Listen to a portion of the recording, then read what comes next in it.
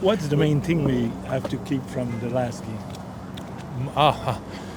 I mean, you'd say momentum is, obviously you want to live off that. You want to live off the energy of the last game, but, it's back to work more than anything. It's today we kind of took a day where, we didn't compete in practice. We wanted to make sure we're recovering completely so that tomorrow we can give hell and compete like hell for the next 2 days before to be ready. So today was a mental day for us. I think the guys recovered, but ultimately, guys are excited to be in the building right now. This is the time of year. We've waited a full year to get full circle from last year to this point. Everyone believed we'd be here, but it takes a lot of hard work and determination and consistency to make it happen.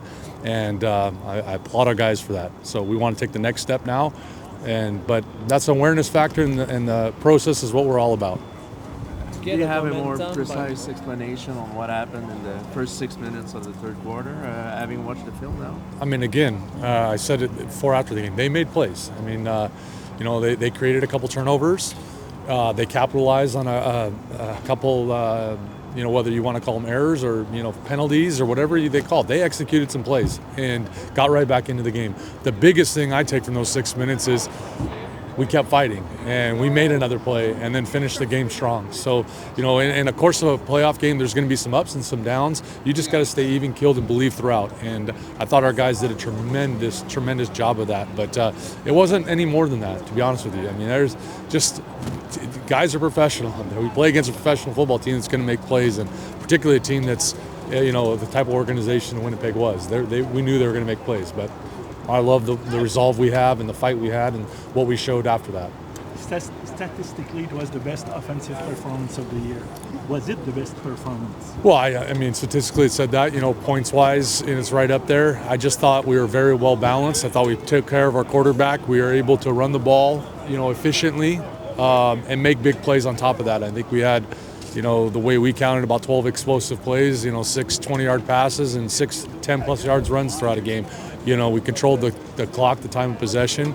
We had a couple turnovers, which, you obviously you never want. But the 0 sacks and controlling the line of scrimmage was huge. And, again, playmakers made plays. So I thought it was an excellent performance. I thought the AC and the guys did a great job of preparing everybody and getting them ready. How much did that balance, help you offensively, because it's not something that we saw regularly during the season, and especially the way that Scott ran. Yeah, I mean, exactly. Stevie did his part. The way Winnipeg was playing their defense, they were giving us some things on second downs to run the ball, and we took advantage of it. But it's one thing to be given those advantages, another thing to really execute. And that's what our guys did at a very high level. They executed and they finished blocks, and Stevie finished the runs. And then when it wasn't there and we kicked it out to receivers, they were efficient catching it and getting upfield, whether getting us first downs or putting us in the second and mediums, second and shorts. We stayed and lived in that the majority of the afternoon. And, anytime you're doing that, you're produce points and produce good offensive production. Left guard Piolo Stager wasn't here today with you. Yeah, just he's getting some treatment. There's really nothing. He's the one O-lineman that's made it through the entire season as a starter. He's been to every practice. I mean, this time of year, he's dealing with a couple things, and we would prefer to just have him at 100% for the game. Reaction to see number 94 on the field today? It's good. It's always great to have the players like that you count on. That when he's healthy, we know what kind of player Mustafa is. So he's done a really good job the last couple of weeks of getting himself back and ready and prepared. So we'll see. It remains to be seen whether he'll be in the lineup for us. But if it's close, I know he'll go. You're facing Levi Mitchell. What's the plan going forward to this game? Well, I mean, I think they have a ton of weapons. I think they do a good job of protecting Bo, and they have a good running game. So, they're a well-balanced attack. I know he's going to be coached extremely well, knowing Scott, so he'll be prepared for us. The one thing about Bo is he's a competitor, and he's experienced. So no matter what we do to him, he's going to have seen it or thought of it. And just about breaking him off a little his rhythm, hopefully getting to him, hitting him, collapsing the pocket on him. We can control the line of scrimmage and stop the run and force him to pass. We got to compete more than anything. Got to compete against them for 60 minutes or however long it takes. Milton, for this weekend, it's a big game, it's the Eastern Final, and you're not playing home. So talk to us about going on the road game. Yeah, we play really well on the road, so it doesn't scare us that we're going on the road. We're excited. We know it's going to be a great atmosphere. They're a great football team. They won the division. So we'll be ready and we're excited. You haven't faced them this season. What do you think of their defense? What do you think of the Ticats? Yeah, I mean they got good players all around. They got a good good D line. They got a pretty good secondary. They force a lot of turnovers. So most importantly, it's going to be up to us to take care of the football. They got pretty good defense. You got picked up for the first time since July in the last game. Are you glad that it's out of the way? No, I don't ever want to throw an interception ever again. But yeah, just something that can't happen. Something I got to learn from, I guess. And make sure the most important thing is protecting the football. How would you rate the game that you played? I like a B minus. I messed up a couple play calls in the huddle that ended up costing us a little bit that people don't even probably realize. So. I thought I threw the ball pretty good at times, and then sometimes I missed a couple with a little more inaccurate than I usually am. So, but again, the turnover hurts a lot. So probably B minus. It seems like you had a great connection with your wide receiver. The one that we talked, at the start of the camp.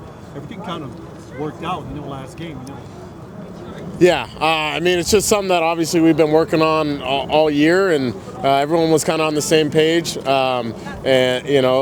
Playoff ball, you got to be playing your best ball. So I'm proud of our guys, and they don't ever know who's going to get the ball, and I'm proud of how they work. What do you take from the last game going forward? Game's never over. Game's never over. You can't ever get lax. I'm not saying we got lax, but. We blink and we're down 2 after being up 19, but I also learned that, we're exactly the team we thought we are. We're the grittiest team out there, and we don't ever turn our back on each other. We don't ever start pointing fingers. It's how do we find a way to succeed on the next play. That was statistically the best game of the offense this season, but you needed it also. Does that mean you feel that this offense is it's still growing and it's at its best right now? Yeah, I've said that. I think after every game, I say it every time. We left points out there. We're definitely playing pretty good ball. I'll say it. I'm not afraid to say it. It's pretty truthful, but we can be a lot better. I really think we genuinely could have put up 60 on them. We should have put up 60 on them. It sounds insane, but we should have. But we were proud of our time of possession. I think our second down conversion was 69%, something disgusting. So we just got to stay true to us, and coaches are putting together a great game plan. And just main thing is we got to protect the ball. Have you watched a lot of times that touchdown from Stevie with the O-line? Yeah, of course. I see it all the time. I was as excited as anybody. It's just, again, we don't ever stop giving up, and we all care about each other, and I think it really shows on the field. How is it to be underdog for the weekend? Are we underdogs? I think so. If we are, it is what it is. It doesn't really matter, I guess. Our job is to go out and win the game any way we can. We know it's going to be a hostile environment. They're a great football team, and we're excited for the challenge. On fait face à, je te dirais, une offensive assez explosive. C'est sûrement peut-être un trio de receveurs le plus impressionnant dans la Ligue canadienne en ce moment, avec un carrière qui a lancé pour beaucoup de verges par la passe en saison régulière. Donc on est conscient que ça va être un bon défi, puis en tant que demi-défensif, ça va être un défi excitant d'affronter une équipe comme nous autres. C'est un peu leur pain et leur beurre. Donc autrement dit, si tu arrêtes ça, vous savez que vous avez une chance avec Davis Alexander. Je te dirais qu'avec Davis Alexander, on a toujours une chance. C'est sûr que si tu enlèves les jeux explosifs, ça diminue une offensive, mais on est conscient aussi qu'ils ont aussi un jeu au sol qu'on va être capable d'arrêter. Malgré qu'ils ont tellement fait de jeux explosifs que des fois ça passe un peu sous le silence, mais leur jeu au sol est quand même aussi assez dominant. Vous étiez négligé il y a 2 ans à Toronto, favori l'année dernière à Montréal, tombé à Hamilton cette année. Est-ce que le feeling est similaire qu'il y a 2 ans à Toronto? Je te dirais qu'on arrive, il y a un peu un parallèle qu'on peut faire parce qu'on arrive dans un environnement hostile. Par exemple, on ne regarde pas c'est quoi les pronostics sur si on est favori ou sous-estimé. Mais c'est le même feeling d'aller chez l'adversaire dans un environnement hostile. Puis surtout de jouer en équipe, c'est ça, je pense, l'énergie qu'on a, que je ressens beaucoup plus durant cette fin de saison-ci, que c'est comme une grande famille qui s'unit en ce moment. Puis il y a quelque chose de spécial que je te dirais que je chantais aussi en 2023, mais après ça, il faut exécuter. Nous autres, pour les Mitchell, l'attaque des Tarkats, qu'est-ce que tu peux nous dire face à ce match-là? Je pense que ça va, à la fin de la journée, les playoffs, je pense que c'est toujours à propos de physicality. Je pense que l'équipe la plus physique a le plus de chances de gagner, donc c'est sûr que ça va être de frapper le quarterback, puis d'empêcher 19-89 de faire des jeux. Là. De voir Moustapha Johnson à l'entraînement, c'est toujours un plus pour votre défense? Oui, non, ça, je pense qu'on est tous contents là, de l'avoir vu aujourd'hui. Là. Vous avez fait du vidéo probablement du dernier match. Qu'est-ce que vous avez retenu du troisième quart? Du troisième quart, je pense qu'on a appris nos erreurs. Écoute, en défensive, c'est sûr qu'il y a des pénalités qui nous ont fait mal. Donc, c'est de rester, d'avoir un jeu clean, puis de continuer à jouer fort. Là. Je pense que c'est comme ça qu'on va avoir les meilleures chances de gagner. Est-ce que ça vous donne quand même confiance de savoir que vous êtes capable de revenir? Oui, mais tu sais, ça, c'est pas de surprise pour personne. On a confiance en tous les gars dans le locker room. Puis peu importe le moment, on sait que nos gars sont prêts. Je pense qu'on pratique très fort. Puis ça prouve qu'à tout moment, nos gars sont prêts à embarquer puis à faire une différence dans le match. Quand tu dis que c'était pas une surprise, moi j'ai été un petit peu surpris que vous parveniez à contenir Oliveira tant par la passe qu'au sol. Qu'est-ce qui a été la clé? Parce que vous avez joué vraiment une grosse game contre lui. Oui, non, écoute, tu peux être surpris. Moi, je sais, on a travaillé très fort pour toute la semaine. On savait que la clé de ce match-là, c'était d'arrêter le numéro 8 puis d'arrêter le numéro 20. Puis, tu sais, au football, il y a un vieux saying, Defense Win Championship, puis je pense qu'on l'a prouvé, là, vraiment. Tu arrêtes le jeu au sol, comme ça, on est capable de jouer du deuxième élan, puis je pense qu'on est la meilleure défensive là, dans la Ligue en deuxième élan. Dans quelle mesure ça vous a pris des ajustements compte tenu de la perte et de Mustapha et du numéro 2 qui n'était pas là non plus? Ça nous a pris par surprise. Écoute, on a su qu'on perdait 2 de nos meilleurs D-line la veille du match.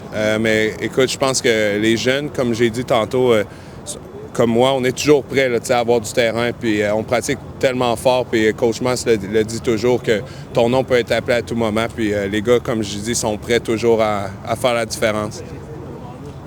Comment on se sent d'être négligé?